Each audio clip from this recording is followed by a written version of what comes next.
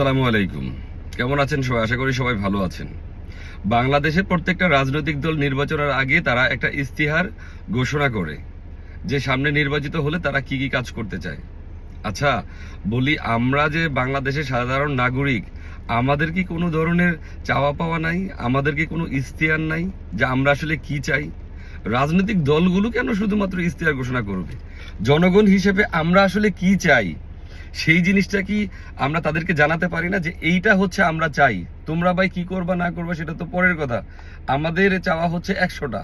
এক একটা দল আইসা তখন বলবে যে আমি 50টা করতে পারবো, 30টা করতে পারবো। তাহলে আমাদের উচিত কি?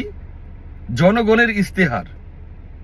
আসলে আপনারা কে কি চান এরকম কিছু মতামত আপনারা যদি একটা প্ল্যাটফর্মে দিতে পারতেন তাহলে অনেক ভালো হতো।